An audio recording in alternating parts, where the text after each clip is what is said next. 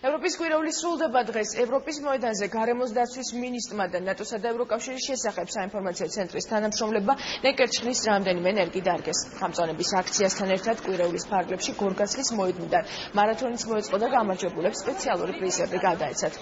ევროპის კვირაულმა სტარტი 7 მაისს აიღო და მოსახლეობის ინფორმირებულობის გაზრდის მიზნით მთელი საქართველოს მასშტაბით სხვადასხვა ღონისძიება მოეწყო. ასეთ ღონისძიებებს აქვს ნამდვილად ძალიან დიდი მნიშვნელობა.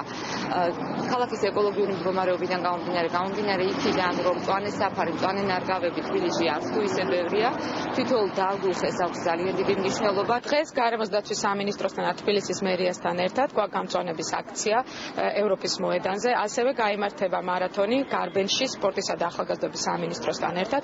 ეს ღონისძიებები ტარდება ევროპის კვირაულის ფარგლებში. თემა იმისია რომ გამოსულიყავი და არ მეგონეს ადვილად თუ გამიმარჯვებდი, მაგრამ არაფერმა ხელი არ შემიშალა და ყველაფერი შევსწავლე. მსგავსი მარათონი ევროპის ქალაქებში ძალიან ხშირად ტარდება და მოხარული ვარ, რომ თბილისშიც ამდენ მონაწილეს ვხედავ. ეს ნიშნავს იმას, რომ თბილისში ჯანმრთელი ცხოვრების წესი უფრო და უფრო პოპულარული ხდება.